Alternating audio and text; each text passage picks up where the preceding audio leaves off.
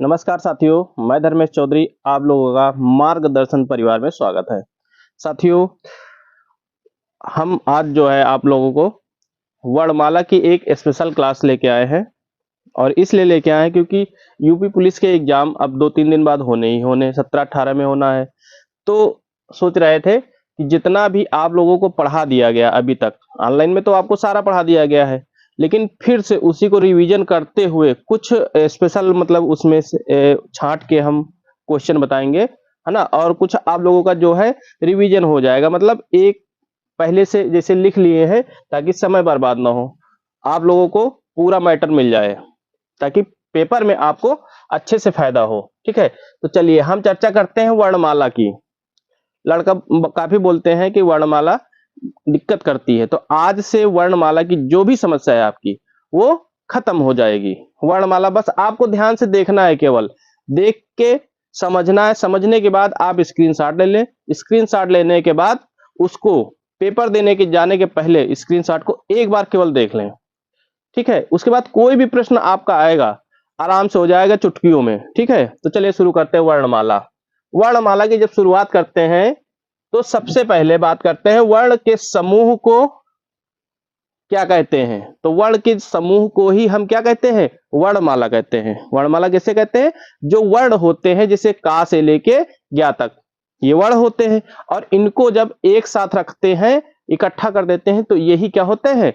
वर्णमाला, ठीक है? वर्णों के समूह को वर्णमाला कहते हैं। ये बात क्लियर हुई। देख लीजिए यहाँ पे कहा गया, हम लिखा भी दिए हैं यहाँ पे कि वर्णों के समूह को वर्णमाला कहते हैं।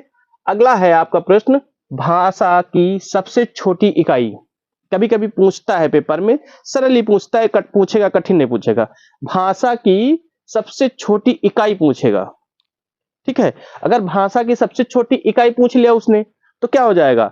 भाषा की सबसे छोटी इकाई जो होती है वो होती है वर्ण, या हम कह सकते हैं अक्षर, या कह सकते हैं ध्वनि।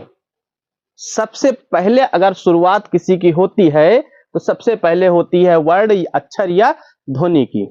भाई हमें भाषा बनाना है तो भाषा बनाने का जो प्रोसेस है वो कैसा होगा? उसमें सबसे पहले वर्ण आएगा, अक्षर आएगा या फिर ध्वनि आएगा। मतलब तीनों का अर्थ क्या है? एक ही है। तो अगर आपसे प्रश्न में पूछे भाषा की सबसे छोटी इकाई कौन सी होगी, तो भाषा की सबसे छोटी इकाई जो हो, आंसर हमारा हो जाएगा वर्ण, अक्षर या ध्वनि। जो भी ऑप्शन में रहे उसमें लगा देना है, ठीक है? उसके बाद अगला प्रश्न है आपका, वर्ण किसकी छोटी इकाई है? देखो घुमा दिया यहाँ पे, वर्ण किसकी छोटी इकाई है। अब इसने पूछ लिया है, पहले पूछा भाषा की सबसे छोटी इकाई, अब पूछ लिया वर्ण किसकी छोटी इकाई है। वर्ण की बात कर रहा है, तो वर्ण की बात करें तो सबसे छोटी इकाई किसकी होती है? भाषा की होती है। वर्ण हमेशा भाषा की छोटी इकाई होती है। पेपर में अगर आ जाए कि वर्ण किसकी छोटी इकाई, इसी तरह के प्रश्न बनेंगे पेपर में आपके, बाहर से नहीं बनेंगे, ऐसे ही बनेंगे। भाषा वर्ण किसकी छोटी इकाई है तो हमें बताना है कि भाषा की है। अगर हम कहें कि भाषा का निर्माण कैसे होता है तो पेपर में ये भी आता है, क्रम बनाने के लिए आता है। भाषा का निर्माण कैसे होता है उसका क्रम बनाने के आता है ना। जैसे कि हिंदी की उत्पत्ति कैसे हुई है, कहाँ से हुई है, तो उसका एक क्रम होता है। तो उसी तरह भाषा, भाषा देखो लो यहाँ पे लिखा हुआ है लास्ट में, भाषा, भाषा कैसे बनेगा, भाषा निर्माण करने की जो प्रक्रिया है, प्राथमिकता है वो क्या है। तो इसकी प्राथमिकता जो होती है सबसे पहले क्या ली जाएगी? ध्वनि ली जाएगी। क्यों ली जाएगी? क्योंकि भाषा की सबसे छोटी इकाई यही होती है, सबसे छोटा लिया जाएगा। तो सबसे छोटा कौन हो जाएगा?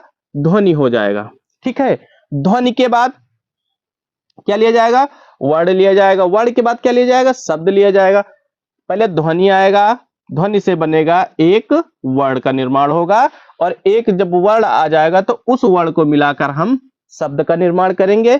और जब शब्द आ जाएगा, जैसे शब्द आ गए तो उन शब्दों को मिला के हम एक वाक्य बना लेते हैं। और जब वाक्य का निर्माण हो जाता है तो वही होता है भाषा। जो हम बोलते हैं वाक्य बना के, जो भी कुछ भी बोले तो क्या होती है? हमारी भाषा होती है, ठीक है? इतनी बात समझ में आ गई।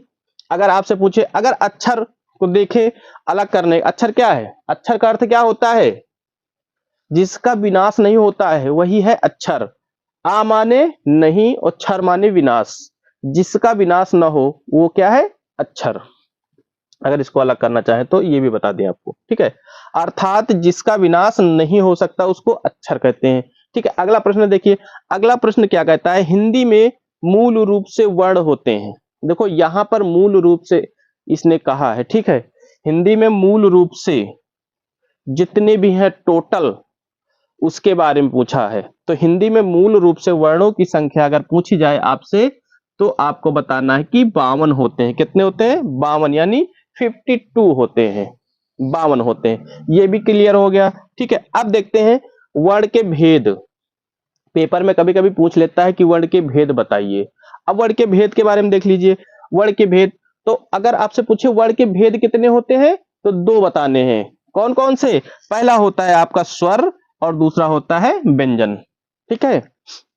पहला होता है स्वर और दूसरा होता है व्यंजन। अगर स्वर की भेद पूछ ले, चाहे व्यंजन की भेद पूछ ले, तो कंफ्यूज नहीं होना। स्वर और व्यंजन के भेद 3 ही होते हैं। 3 स्वर के भेद होते हैं और 3 व्यंजन के होते हैं। देखो यहाँ पे लिख दिए हैं साफ साफ।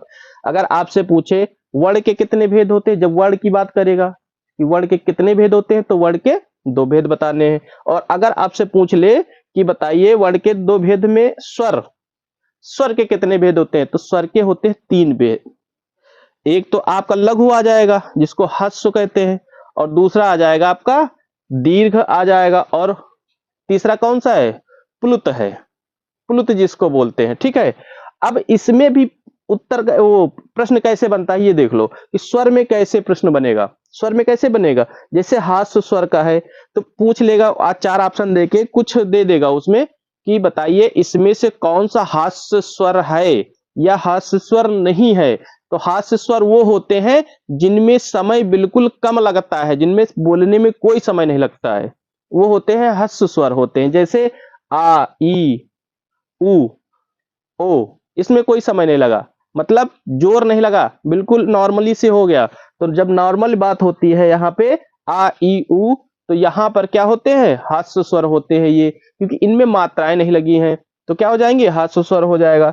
अगर यहीं पे दीर्घ की बात करें तो दीर्घ का मतलब क्या होता है? बड़ा होता है। बड़ा होता है जिसमें दुगुना समय लगता है उसको कहते हैं दीर्घ स्वर संधि। जिसमें हम दुगना, जैसे पहले वाले में तो कम लगा, लेकिन दूसरा जो दीर्घ होगा उसमें कितना दुगनी ताकत लगेगी कहने में, है ना, दुगना बल लगेगा।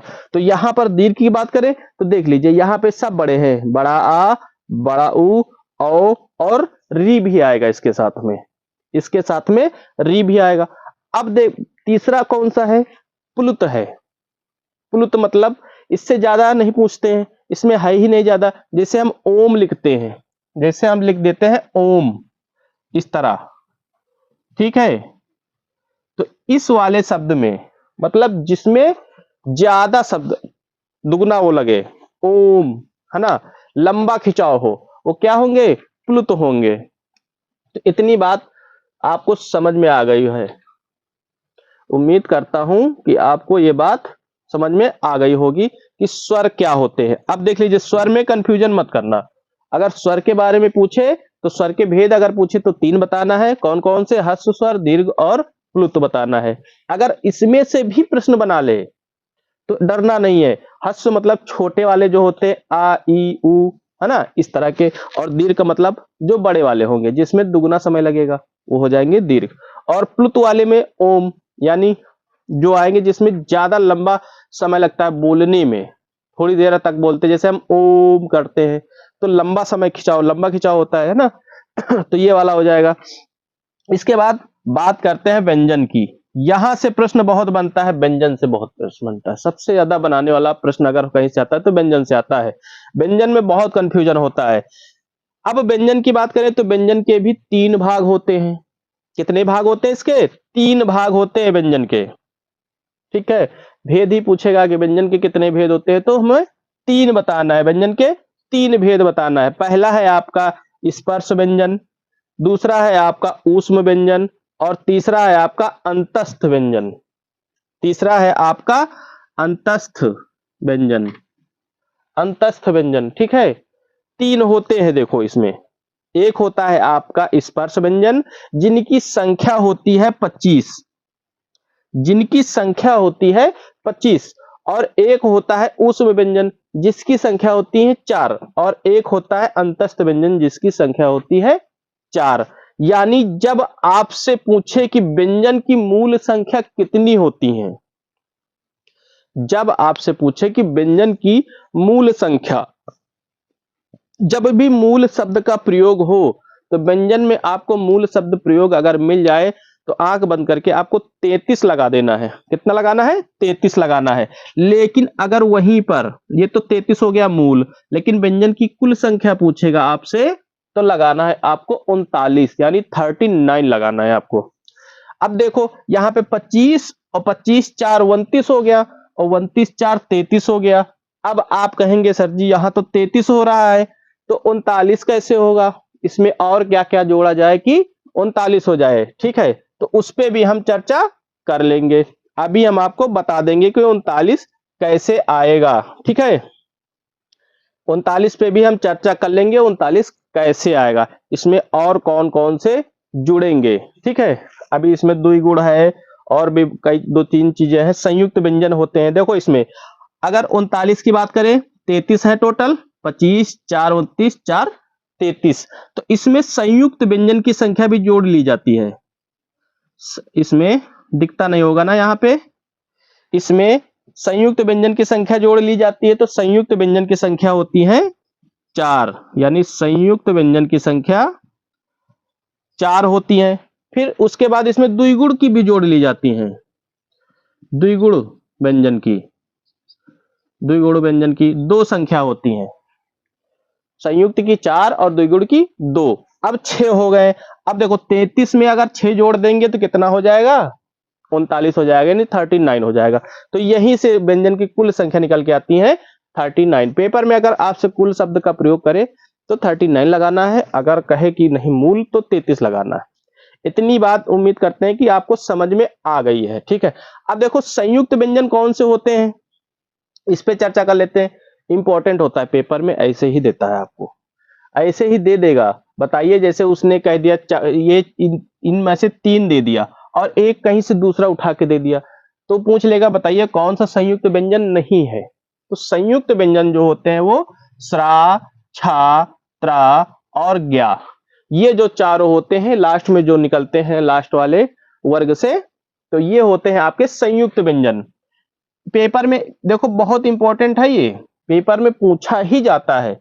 संयुक्त व्यंजन पूछ लिया तो 4। अब जब से द्विगुण पूछा उसने, द्विगुण या उत्क्षिप्त, उत्क्षिप्त, ठीक है, इसको उत्क्षिप्त कहते हैं, उत्क्षिप्त व्यंजन, तो ये होते हैं 2, डा और ढा, 2 होते हैं।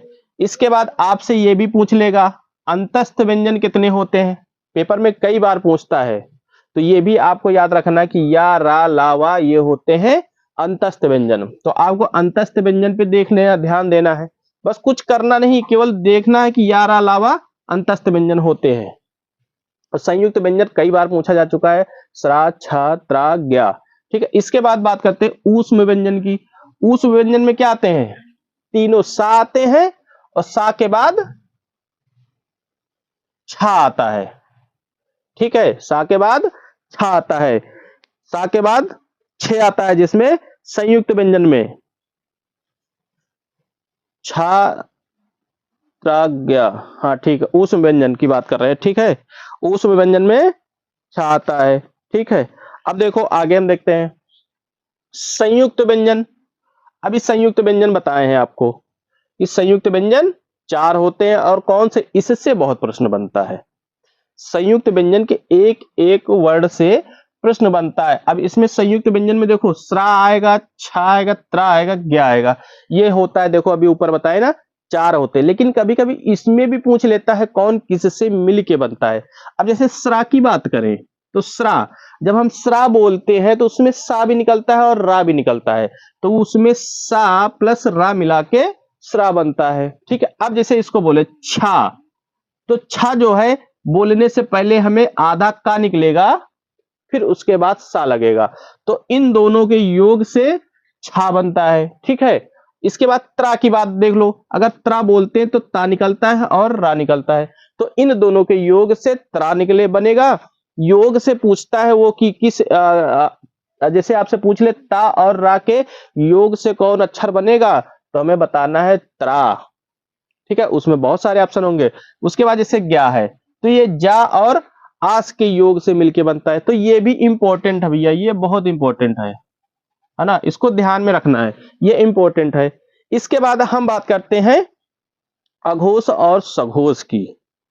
इसमें बहुत कंफ्यूजन होती है बच्चों को कि अघोष क्या होते हैं और सघोष क्या होते हैं। देखो अघोष सघोष की बात करें तो ये का वर्ग से लेके पा वर्ग तक वाले अघोष सघोष होते हैं, का वर्ग से लेके पा वर्ग वाले। अब देखो अघोष की पहचान कैसे करेंगे, अघोष की पहचान कैसे करेंगे, बिल्कुल सरल है। अघोष का मतलब होता है आगे, और आगे के जो दो होते हैं, मान लो जैसे ये हाथ है, अगर हमको अघोष सघोष निकालना है तो यहीं से निकाल लेंगे। ये दो उंगलियां यानी शुरू की दो उंगलियां क्या होंगी, अघोष होंगी, और बाद की बची हुई उंगलियां तीनों सघोष हो जाएंगी। उसी तरह इसमें देखो शुरू के दो वर्ण क्या हैं, अघोष हैं, का और खा अघोष हैं, और बाद के बचे हुए जो वर्ण हैं वो क्या है, सघोष हैं।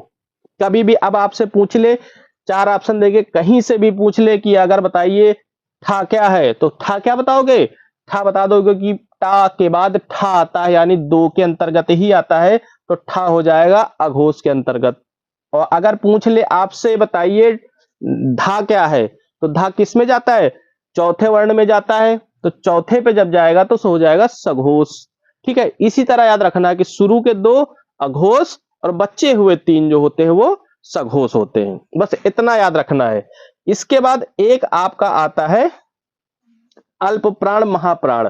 तो अल्प प्राण महाप्राण भी बिल्कुल आसान तरीका होता है बताने का, वो हम आपको अभी बता देंगे, थोड़ी देर में बता देंगे। ठीक है, तो अगर समझना चाहो तो यही हम समझा देते हैं, ठीक, यही बता देते हैं, ठीक रहेगा।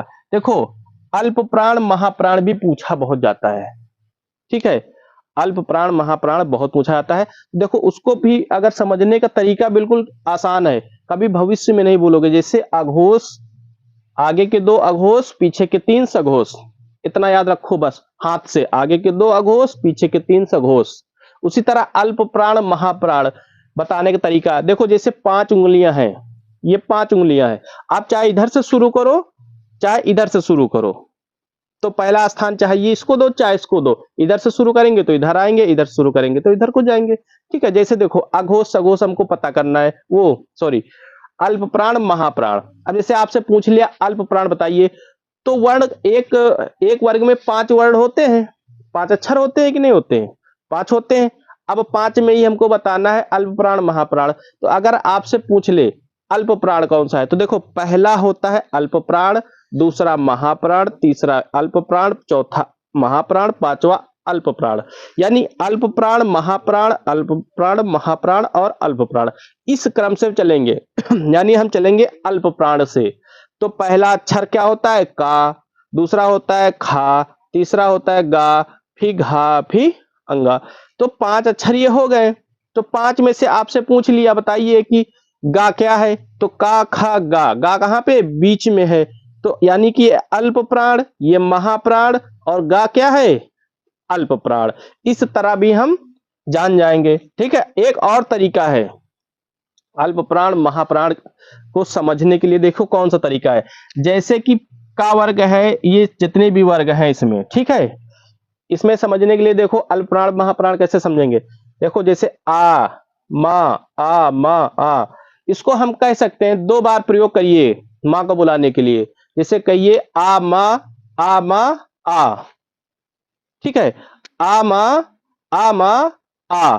जब इस 2 बार हम प्रयोग करते हैं माँ को बुलाने का, आ मा आ, तो देखो अल्प प्राण आ से, अल्प प्राण मा से, महाप्राण आ से, अल्प प्राण मा से महाप्राण, और आ से अल्प प्राण। यानी अल्प प्राण से शुरू होगा और अल्प प्राण से ही खत्म होगा। इतनी बात समझ में आई आपको? ठीक है, अब देखिए आगे देखते हैं। इसी से पूछता है कभी कभी कि बताइए कौन सा अक्षर कहां से बोली जाती है।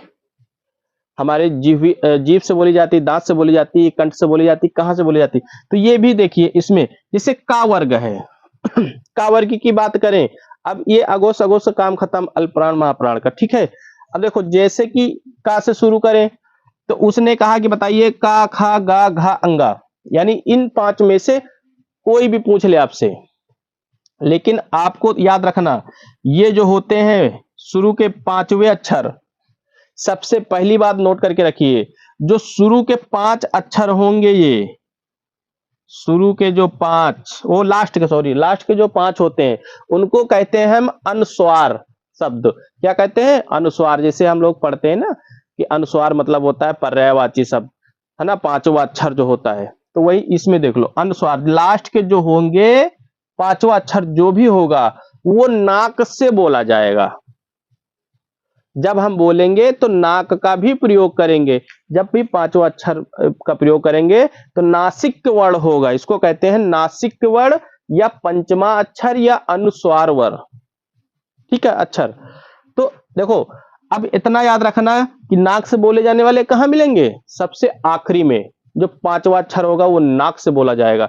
जैसे बोलिए आप डा, आ, ड़ा, ना, मा, तो ये क्या है? नाक पे जोर देता है तो ये नासिक हो जाता है। ठीक है। अब देखो जैसे कास खा गा घा, अब पहला वर्ण बोला गया कि किससे बोला जाता है, तो का खा गा घा, इसमें कुछ हो रहा है? क्या हो रहा है? इसमें कंठ का केवल प्रयोग हो रहा है और किसी की चीज का जोर नहीं लग रहा है, तो पहला वर्ण जो होगा वो कंठ से बोला जाएगा। इसके बाद अगला देखिए चा छा जा झा या, तो जो दूसरा वाला है चा छा जा झा, ये कहां से बोला जाएगा? ये तालु से बोला जा रहा है, चा छा जा झा। अगर आपको नहीं समझ में आ रहा तो आप एग्जाम में बैठे हैं तो आराम से बोल लिए, बोल के प्रयास कर लीजिए, अगर जैसे ही प्रयास करोगे आ जाएगा। और ये कहां से बोले जाते हैं? तालु से तो बोले जाते हैं लेकिन मुंह के भीतर के पिछली छत से बोले जाते हैं। तालु जो होती है हमारी जीभ जो होती है उसके पीछे वाली छत से बोला जाता है। चा छा पीछे वाला जोर लगाता है, आगे वाला नहीं लगाता है, पीछे वाला जो तालु होता है वहां से जोर लगता है। तो जैसे आप अगर आप बोलेंगे, जैसे बोलिए कि चा छा जा झा, तो पीछे वाला जीभ उठता है, पीछे वाला प्रयास करता है बोलने का, तो ये हो जाएगा तालु से। उसके बाद क्या वर्ग होगा? टा वर्ग देख लीजिए। टा वर्ग में क्या है कि टा वर्ग अगर हम बोलते हैं तो टा वर्ग होता है मूर्धा से। ठीक है, मूर्धा से बोला जाता है टा वर्ग, टा ठा डा ढा मूर्धा से होता है और ये अगली वाली छत से होता है मूर्धा की। ठीक है, मुंह के अगले भाग से, पीछे से नहीं निकलते, ये आगे वाले भाग से निकलते हैं। ठीक है, और इसके बाद ता वर्ग का देख लीजिए, ता था दा धा ना, ये इसमें किसका प्रयोग करते हैं? दांत का प्रयोग करते हैं। अगर हम बोलेंगे ता था दा धा, तो क्या हो रहा है? दांत का है, ऊपरी दांतों के निकट से, ता था दा धा। ठीक है, ऊपरी दांत के निकट से, तो ये हो जाएगा ता वर्ग वाला दंत से हो जाएगा। इसके बाद सबसे सरल जो पूछेगा अगर, तो पा फा बा भा मा, इसमें क्या होते हैं? दोनों ओठ आपस में टकराते हैं। ठीक है, दोनों ओठ आपस में टकराते हैं यानी दोनों ओठों का चुंबन होता है। जब चुंबन होगा दोनों का तो क्या हो जाएगा? पा फा बा भा मा। जब ओठ जुड़ेंगे तो वहां पर पा फा बा भा मा। आप बोल के प्रयास कर सकते हैं लेकिन आराम से बोलना पेपर में। ठीक है, दोनों ओठों का प्रयोग जब होता है तो उसे बोलते हैं ओष्ठ बोलते हैं। ठीक है, इसमें देखिए एक प्रश्न और आपसे पूछा जाता है कि दंतमूल वाला शब्द कौन है, वर्ण कौन सा है? तो दंतमूल वाला ये पूछा जाता है, इसलिए इसको भी लिखा दिए हैं। जो सा होता है वो दांत से, और मसूड़ा जो होता है हमारा, ये नीचे वाला भाग जबड़ा जिसको बोलते हैं, जबड़े को मसूड़ा बोलते हैं ना, तो दांत का प्रयोग करते हैं। दांत कौन सा? ऊपर वाला दांत। अब जैसे सा का, ये सा सा, दांत के साथ जबड़ा भी जाता है। जब सा शब्द हम बोलते हैं सा, तो दांत के साथ क्या है? मसूड़ा भी प्रयोग करता है, तो इसको हम कहते हैं दंतमूल, यानी जो दांत और मसूड़ों से वर्ण बोला जाए उसको दंतमूल कहते हैं। तो उम्मीद करते हैं जितना भी बताए हैं आप लोगों को समझ में आ गया होगा। इसमें कुछ और छूट गया है उसको भी हम आपको बता दे रहे हैं ताकि आपका वर्णमाला जो है वो पूरी तरह से समाप्त हो जाए, क्लियर हो जाए। अगर कोई समस्या है आपको तो आप कमेंट करके भी बता सकते हैं, इसमें आप कमेंट कर दीजिए, आपका मैसेज देखा जाएगा, जो भी समस्या है आपको बताई जाएगी। चलिए आगे बात करते हैं इसके अगले वाले प्रश्न। चलिए शुरू कर, चलिए देखिए 2-3 प्रश्न और आपके हैं, जो इसको भी देख लीजिए, मान लो एग्जाम में आ ही जाए ना। जैसे एक प्रश्न बनता है आपका कि मूल दीर्घ स्वर को सजाती स्वर भी कहते हैं। ये आपको नोट करना है, स्क्रीनशॉट इसकी भी ले लेना कि जो मूल दीर्घ स्वर को सजाती स्वर भी कहते हैं। ये ऐसा आता है कि बताइए सजाती स्वर किसको कहते हैं, तो हमें बताना है मूल दीर्घ स्वर को बताना है। अगर स्वरों की संख्या पूछे तो कितनी है? 11। ठीक, अगर केवल आपसे इतना कहे कि स्वर की संख्या कितनी है, तो आपको बताना है 11 बतानी है। आपको कितनी बतानी है? 11 बतानी है।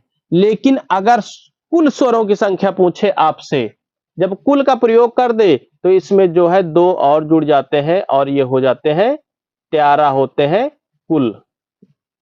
जब कुल की बात करेगा तो 13 हो जाएगा, नहीं तो अगर स्वरों की केवल संख्या पूछेगा तो आपका हो जाएगा 11।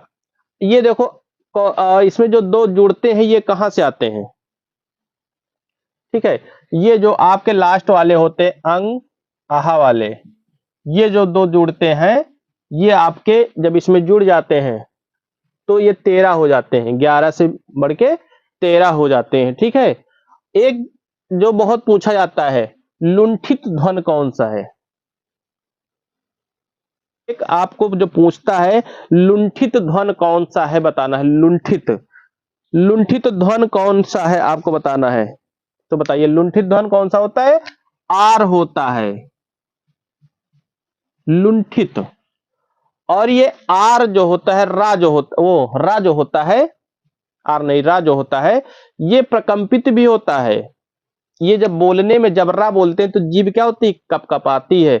जब कपकपाती तो उसको लुंठित बोल देते हैं या प्रकंपित बोल देते हैं, जिसमें कंपन हो। ठीक है, इसके बाद आप देख लीजिए, जैसे स्त्रीलिंग पुल्लिंग वाले पूछ लेते हैं।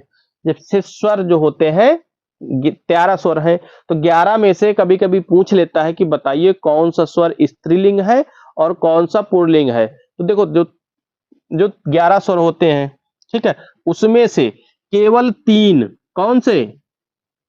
ई, बड़ी ई और री, ये तीनों केवल जो है स्त्रीलिंग होते हैं, केवल यही 3।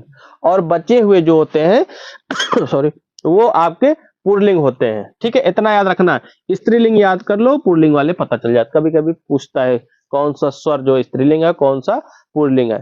तो 3 स्त्रीलिंग वाले ये होते हैं और बचे हुए जो 11 में से हैं वो आपके पुल्लिंग हो जाते हैं। ठीक है, अल्प प्राण महाप्राण की जैसे समस्या काफी बच्चों को हो जाती है। तो जैसे हम बात करें कि मान लो ये कोई हाथ है, ठीक, ज्यादा अच्छा हाथ नहीं बनेगा, लेकिन प्रयास कर रहे हैं कि हाथ बना दें। कितनी उंगलियां होती हैं? 5, 1 2 3 4, और ये हो गया 5। ठीक है, ये बीच वाली को बड़ी करनी पड़ेगी, ये बड़ी होती है ना। 5 उंगलियां हो गई, मान लो ये हाथ है। ठीक, तो अल्प प्राण महाप्राण ज्ञात करने के लिए जैसे हम शुरू करते हैं का से, खा से, गा से, घा से और अंगा से। तो ये देखो, इसमें कोई भी कहीं से भी रखो, चाहे यहां से रखो चाहे यहां से रखो। यहां से रखेंगे तो ये हो जाएगा अल्प प्राण, ये हो जाएगा अल्प प्राण। फिर इसके बाद आता है महाप्राण, इसके बाद आता है महाप्राण, फिर आता है अल्प प्राण, फिर आता है महाप्राण, फिर आता है अल्प प्राण। ठीक है, तो हाथों से भी हम अल्प प्राण महाप्राण ज्ञात कर सकते हैं। तो ठीक है, वर्णमाला में जो है इतनी ही है मैटर, इसमें कुछ और है नहीं। प्रश्न यही से बनेगा, लेकिन जो बेस बताना था हमने हमें वो आपको बता दिए हैं। तो आप प्रयास करिए कि जितना बताएं उसको स्क्रीनशॉट कर लें। स्क्रीनशॉट करने के बाद उसको पेपर देने जाने के पहले रिवीजन जरूर कर ले, एक दिन पहले कर ले, या कहीं अगर जा रहे हो दूर तो होगा नहीं, पेपर सबका नजदीक ही होगा, तो एक दिन पहले देख लीजिए, ज्यादा बेहतर होगा। ठीक है, और कोई समस्या अगर आपको है, डाउट हो रहा है वर्णमाला में, तो आप जो है हमारे उसमें व्हाट्सएप नंबर है, चाहे उस पर आप मैसेज करके पूछ लें, या फिर आप डायरेक्ट उस पर कमेंट कर सकते हैं, ठीक है। अगर जो आपका मान लो पेपर नहीं है, फिर भी अगर आप वीडियो देख रहे हैं तो आपसे विनती है कि आप इतना काम करें कि आपके आसपास जो भी यूपी पुलिस का जिनका एग्जाम है, आपके परिवार में, रिश्तेदार में, या कोई भी हो मोहल्ले का, तो उसके पास ये वीडियो जरूर से जरूर शेयर करें।